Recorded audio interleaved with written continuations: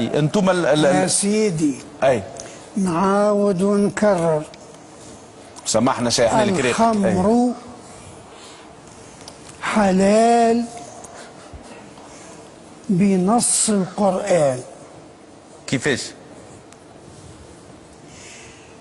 والأفضل تجنبها بنص القرآن. الشريعة التي كتبها العلماء انقسمت إلى قسمين. إلى القرن الثالث الحنفية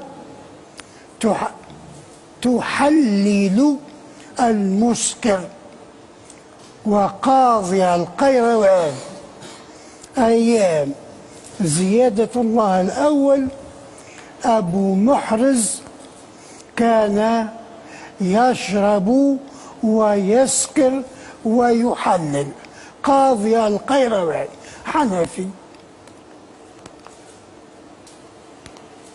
المالكية هم أكثر تشدد في تحريم القرآن، في تحريم الخمر. لا أدري أين وجدوا ذلك.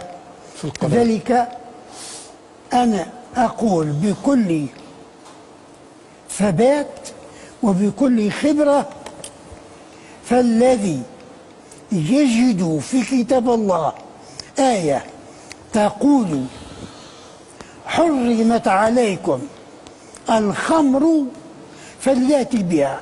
واضح. غير موجودة.